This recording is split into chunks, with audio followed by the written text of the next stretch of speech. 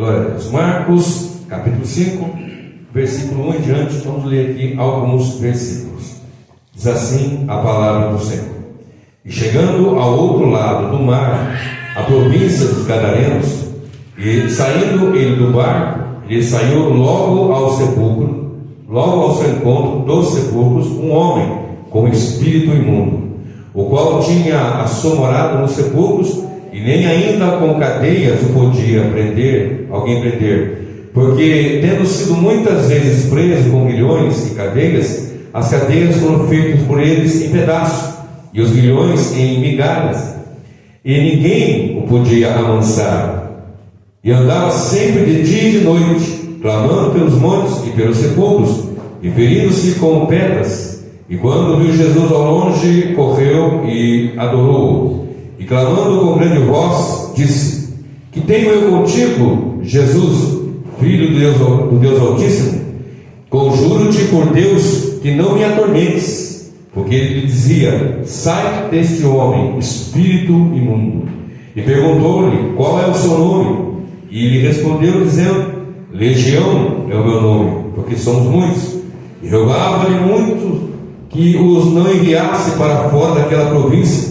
E andava ali pastando no monte uma grande manada de porcos. E todos aqueles demônios lhe rogaram, dizendo: Manda-nos para aqueles porcos, para que entremos neles. E Jesus logo lhe permitiu. E saindo aqueles espíritos imundos, entraram nos porcos, e a manada se precipitou por um despenhadeiro do mar. Eram quase 2.000, e afogaram-se no mar. E os que apacentavam os porcos fugiram, e anunciaram a cidade nos campos, e saíram a ver o que era aquilo que tinha acontecido. E foram ter com Jesus, e viram o endemoniado, o que tivera a legião, assentado, vestido e em perfeito juízo, e temeram. E os que aquilo tinham visto, contaram-lhes os que acontecera ao endemoniado, e acerca dos porcos, e começaram a rogar-lhe que saísse dos seus termos. E entrando ele no barco, rogava-lhe que o que fora endemoniado, que o deixasse estar com ele. Jesus, porém, não lhe permitiu, mas disse-lhe: Vai para a tua casa, para os teus, anuncia-lhes quão grandes coisas o Senhor te fez, e como teve misericórdia de ti. E ele foi e começou a anunciar em Decápolis quão grandes coisas Jesus lhes fizera, e todos se maravilharam. Amém? Pode tomar assento, meu querido. Meus irmãos, esse texto traz uma palavra tão profunda e tão gloriosa. Se você é acostumado a ler, é acostumado a meditar na palavra de Deus, você vai ler nesse capítulo anterior, no capítulo anterior ao que eu li, o capítulo 4, que Jesus fala para os seus discípulos: entrando no barco, passemos a outra margem, já com o projeto, a obra, a missão de libertar esse homem. Ele foi ali por causa de uma pessoa. Ele sabia dessa pessoa demoniada. Ele sabia, porque a fama desse homem corria. Logo você observa que quando uma pessoa desse naipe de endemoniado, desse naipe de tão terrível que ele estava, onde ele vivia nos sepulcros, se cortava com pedras, andava o tempo todo, era uma pessoa terrível. Quando prendia com correntes, quando prendia com grilhões, ele arrebentava, fazia migalhas, diz o texto. Era uma pessoa que eu imagino com cabelo desgrenhado, grande, com uma barba horrorosa, mal cheiroso, se cortava cheio de feridas, cheio de cicatrizes. Era certamente alguém que ia olhar para ele, só de vê-lo já dava medo. Imagina, no momento de talvez de calmaria, de lucidez ou de menos agitação, eles iam lá e prendiam 4, 5, 6, 7 homens. Eu não sei, estou conjecturando aqui, mas quando iam prendê-lo, ninguém podia amansar, diz o texto, ninguém o podia amansar. Iam lá, prendiam uma arma, ele arrebentava as correntes, arrebentava os grilhões, agitava-se. Eu imagino que as pessoas corriam. Eu imagino que os jovens, os adolescentes não passavam naquela região, eles ficavam nos sepulcros. Imagina quando tinha que alguém ser sepultado, quando tinha que partir para um cortejo fúnebre para chegar naquele cemitério e sabia que era o cemitério onde estava aquele homem. As pessoas chegavam lá com medo, com receio de saber como é que ele vai estar. Será que vai estar calmo? Será que vai estar agitado? Será que vai estar naquele momento de grande possessão, onde arrebentava a corrente? Eu não sei se vocês já viram pessoas endemoniadas, porque tem pessoas que são endemoniadas de verdade, tem aquelas coisas que desaparecem e são, mas tem pessoas que são terrivelmente endemoniadas. Eu tive contato com pessoas ali na minha cidade, na região onde eu morava, em São José dos Campos, que de fato endemoniados quebravam um copo de cabo de vidro e comiam, mastigavam e nada lhe acontecia. Conheci pessoas que eram terrivelmente endemoniadas e que faziam coisas absurdas.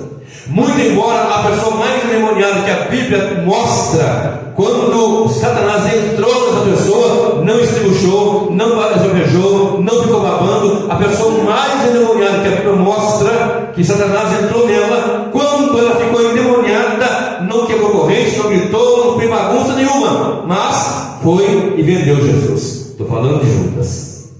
Mas há casos como esse, por exemplo, e entre outros, que Jesus, que a Bíblia mostra que ele libertou.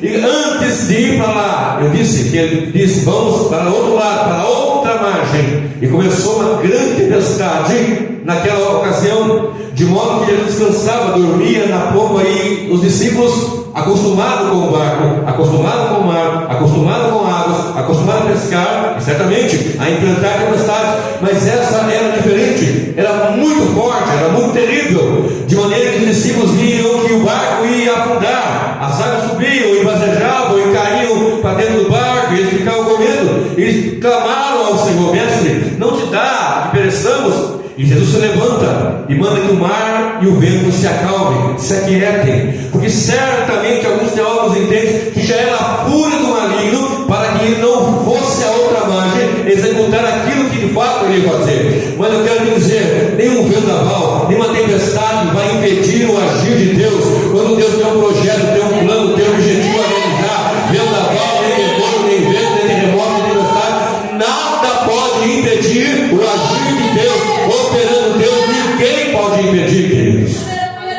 Então ele acalma o mar, manda que ele se acalme, e ainda fala para os discípulos: vocês são tão tímidos, ainda não têm fé. E quando eles chegam, Jesus vai para o encontro daquele homem. E quando eles chegam no sepulcro, aquele homem endemoniado vem e adora Jesus. Talvez no momento de lucidez, talvez no momento de clareza, ele se prostra e adora. E o Senhor manda que aquele inimigo, aquele espírito imundo saia dele. E ele diz assim, o texto nos informa que ele clama: deve nos atormentar antes do tempo, porque os demônios sabem que é um tempo que eles serão lançados no lago que arde com fogo e enxofre. Eles têm conhecimento de que será lançado num lugar de tormento eterno. E é aquele momento em que Jesus se dá de conta com aquele demoniado, os demônios vêm e diz: não nos importune, nem tempo ainda, porque diz o texto que ele dizia: saia deste homem espírito imundo. E então você pergunta o nome daquele demônio. Ele diz: nós o chamamos Legião. Legião é o nome, porque somos muitos. E manda que aquele demônio saia. Aqueles demônios saiam. E quando está mandando aqueles demônios sair, eles não querem sair daquela região. E alguns teólogos até entendem que eram demônios territorialistas, queriam ficar ali, queriam operar naquela região. Então tem uma manada de porcos, ele pede para que entre os porcos, e o Senhor Jesus dá essa liberdade. Pode então, e cerca de 2.000 porcos caem precipício abaixo. Isso é fogo? Aquilo ocorre um grande alvoroço na cidade, uma grande balbúrdia naquela ocasião. E eles vão então saber o que está acontecendo. E quando eles chegam, veem aqueles porcos afogados, mortos, e ficam preocupados, porque perdemos nosso lucro, nosso dinheiro, nossa riqueza, nosso ganha-pão. Eles estão mais preocupados com porcos do que preocupados com almas e com vidas. Jesus, por causa de uma alma, ele atravessou, ele empreendeu, ele me fez uma missão por causa de uma alma que estava terrivelmente endemoniada. E quando ele chega, então, liberta aquele homem que ninguém amansava, que todo mundo tinha medo, que certamente era cabeludo, era feio, era mal cheiroso, era cheio de cicatrizes, cheio de feridas, uma pessoa que dava medo, pavor, que as pessoas realmente tinham medo, porque era terrivelmente possesso, e que ninguém podia amansar. Mas quando chega Jesus, o mais forte, o mais terrível, o mais medonho, tem que se render, tem que estar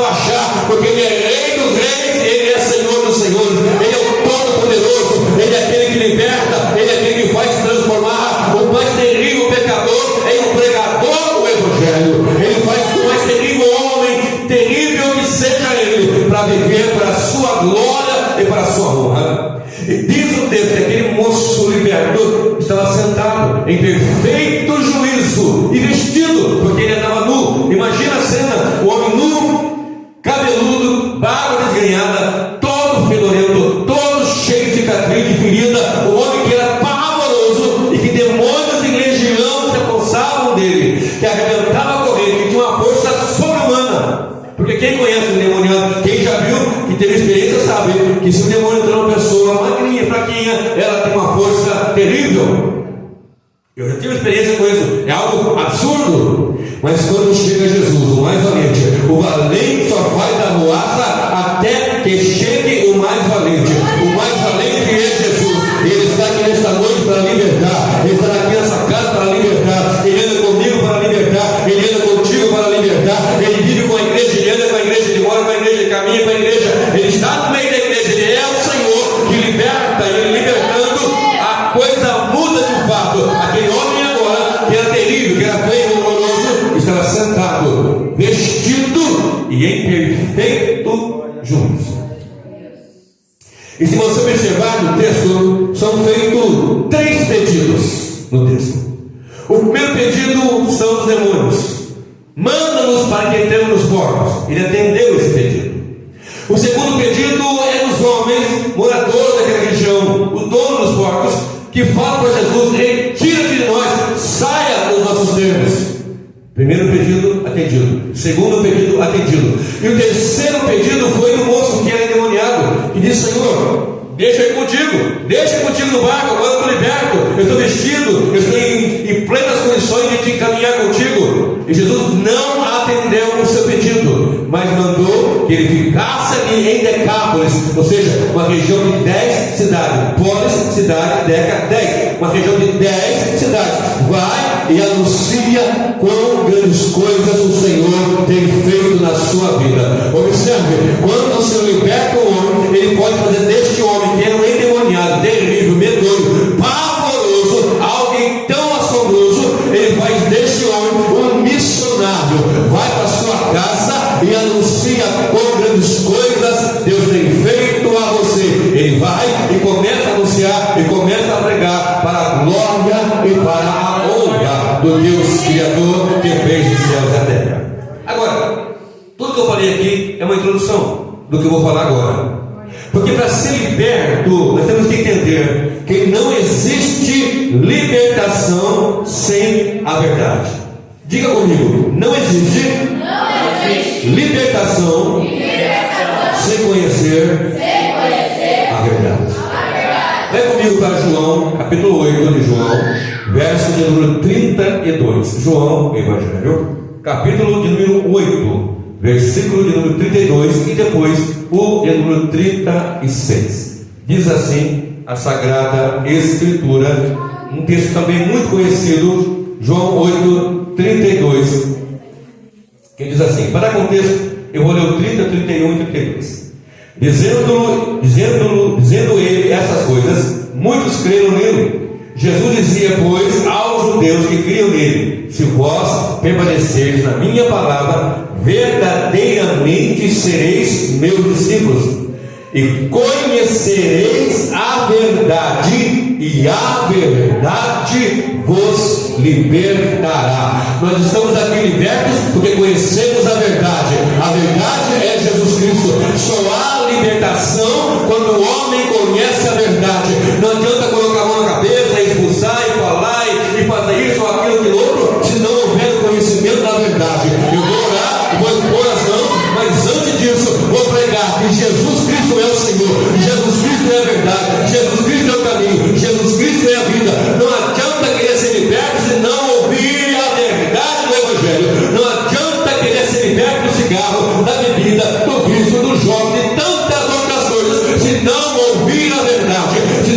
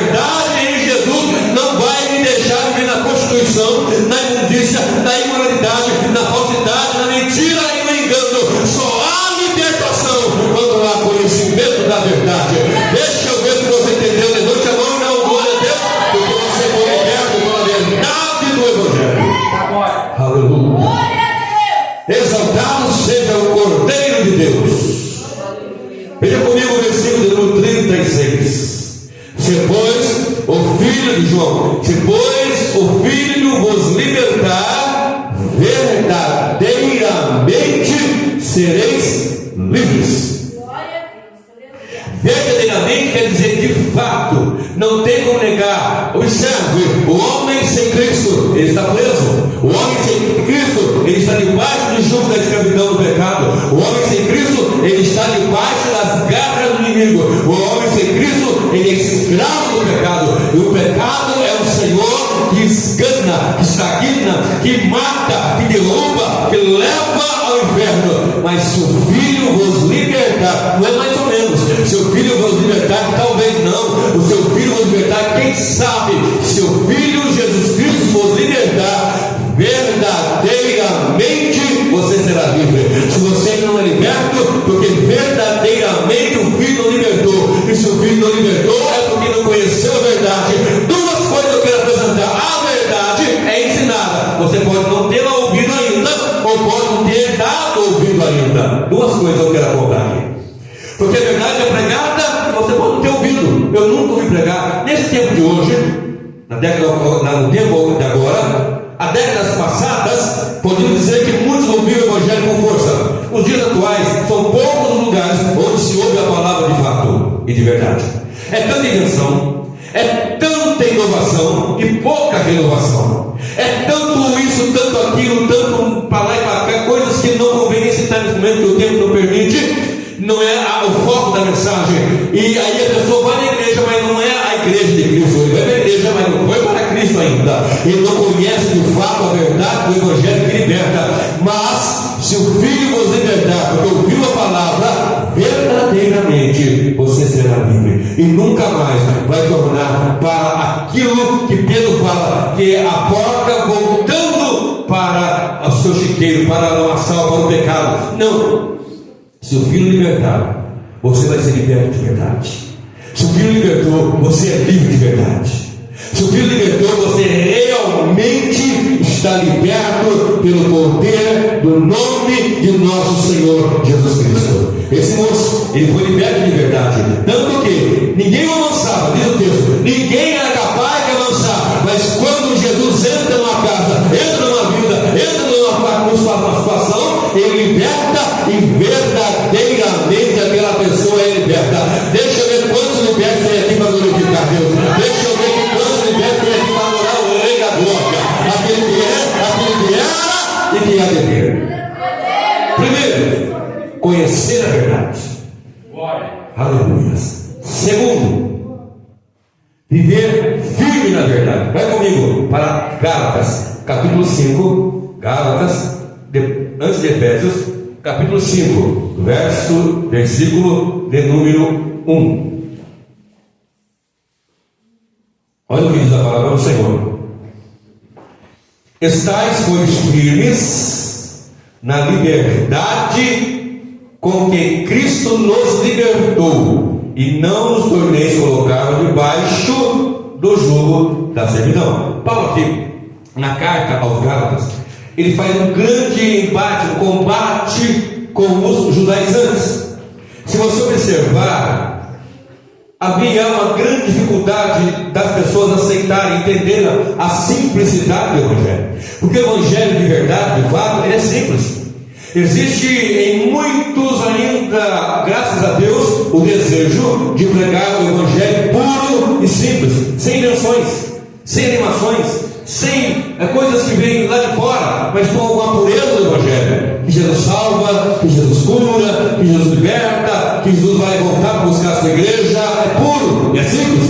E Paulo está combatendo aqui, mas eu quero fazer a primeira frase deste versículo, o segundo ponto da minha mensagem, que diz assim: estai, pois, firmes na liberdade com que Cristo nos libertou. Observe isso, Ele nos libertou. Agora eu, você, a igreja, o irmão, o obreiro, a irmã, todos nós temos que viver entendendo que nós temos que estar firmes na liberdade com que Cristo nos libertou. Agora, a minha consciência é de que eu estou liberto, eu fui liberto, conheci a verdade, verdadeiramente Ele me libertou.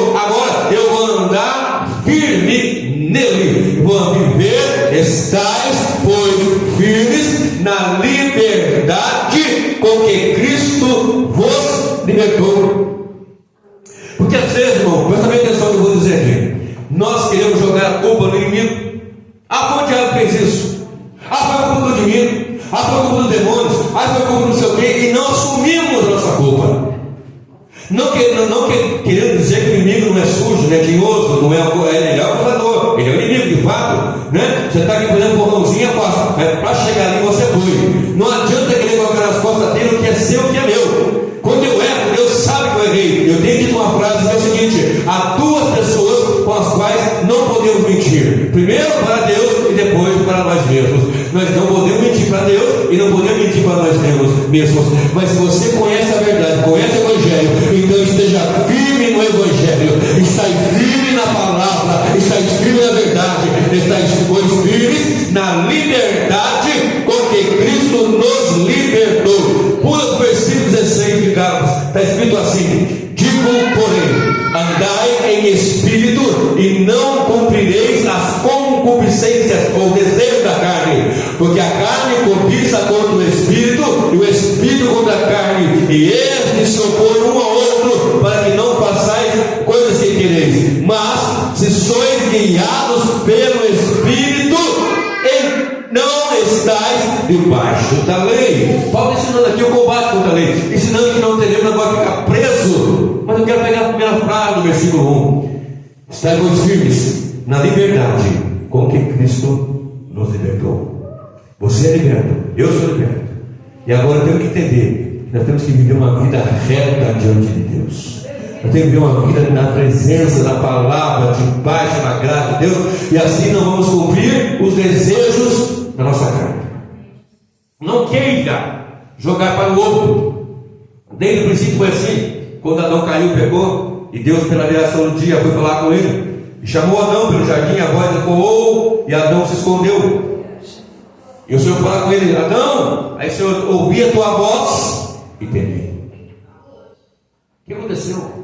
Ah, a mulher, jogou para a mulher, que tu me deste. Fazendo isso de culpa a Deus, né? Ele não tinha mulher, tá tudo bem, você me deu, o que aconteceu? Aí Deus falava para a mulher: ah, é a serpente. Meu querido, olha para cá, me perdoe a minha expressão, mas tem hora que nós temos que ouvir uma boa palavra dura, dizendo: toma vergonha na cara e começa a andar na palavra de Deus. Não adianta cair aqui, cair ali, cair aqui, cair ali, cair aqui, cair ali. Ou andando diante do Senhor em retidão e sinceridade, ou você vai tratar pesado na sua igreja. Deus é um Deus de amor, é um Deus de misericórdia, mas também diz a palavra: horrenda coisa é cair nas mãos do Deus vivo. Deus é um fogo que consome. Deus é amor, mas a justiça na mesma medida. Aquele homem ouviu o Evangelho, ouviu a palavra e obedeceu a palavra. O Senhor disse a ele: vai, monta na sua casa um ponto de pregação. E assim ele fez. Começou a pregar, começou a anunciar a grandeza de Deus. Tanto tempo, lá não sei quantos anos, ele ficou naquela situação. Porém, quando Jesus chegou, mudou toda a história daquele homem.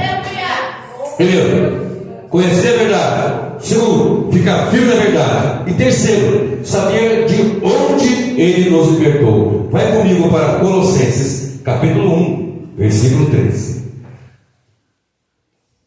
Colossenses, capítulo de número 1, versículo 13. Vou ler o 12 e o 13, mas eu quero o 13. Dando graças ao Pai, que nos fez idôneos para participar da herança dos santos na luz.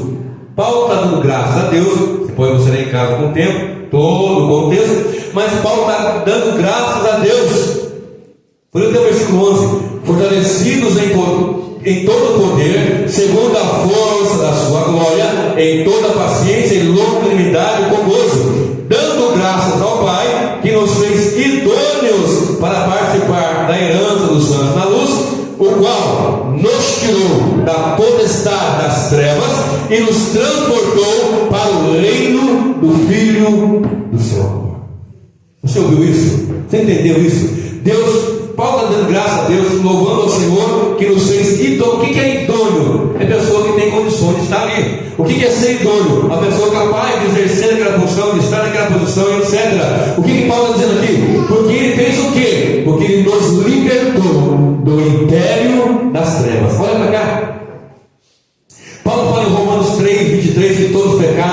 destituídos estão da glória de Deus. Paulo fala em Romanos 5, verso 12, que por um homem entrou o pecado no mundo, pelo pecado a morte passou a todos os homens, logo todos pecaram. Paulo está dizendo que isso afetou tão terrivelmente, a palavra diz que o pecado atingiu tão terrivelmente a humanidade, que todos, sem exceção, todos pecaram, e destituídos estão da glória de Deus. E o que significa isso? Éramos escravos, éramos condenados ao fogo eterno, éramos certamente destinados à perdição eterna, estávamos debaixo da garra do império, do imperador das trevas. Observe comigo o texto: o qual nos tirou da potestade das trevas e nos transportou para o reino do Filho do seu amor. Verso 14: em quem temos a redenção pelo seu sangue, a saber, a remissão dos pecados. Vou parar aqui. Pelo seu sangue, nós temos a remissão dos pecados. Debaixo das garras do pecado, estavam caídos, mortos, em ofensa e pecado, conforme fala em Efésios capítulo 2, verso 1. E vos vivificou, estando vocês mortos em ofensas e pecados. Mas agora, em Cristo Jesus, pelo sangue de Jesus, porque o sangue compra, o sangue paga, o sangue redime, o sangue resgata, o sangue é a garantia, o sangue derramado na cruz do Calvário e a certeza da libertação. O sangue pagou, livrou, o sangue pagou, redimiu, o sangue pagou, resgatou. O sangue de Jesus é o preço que foi pago para que eu e você sejamos libertos, e nos tirou da potestade das trevas e nos transportou para o reino do Filho do seu amor. Eu te convido a ficar em pé neste momento. O qual nos tirou da potestade das trevas, do império das trevas, e nos transportou para o reino do Filho amado, do Filho do seu amor. Eu quero orar com você agora. Você que já ouviu o Evangelho, conheceu a verdade e foi liberto. Você que ainda não entendeu o Evangelho e precisa de verdadeiramente uma libertação. Saber que você liberto precisa ficar firme na liberdade com que Cristo nos libertou, e que, entenda, Ele nos libertou da potestade, do império das trevas, e nos transportou. O que significa isso? Pegou de um lugar ruim e nos colocou num lugar maravilhoso, do qual ninguém nos tirará da vida. Vou orar agora com vocês, em nome do Senhor Jesus. E Deus há de fazer obras em nossas vidas para a glória do seu nome.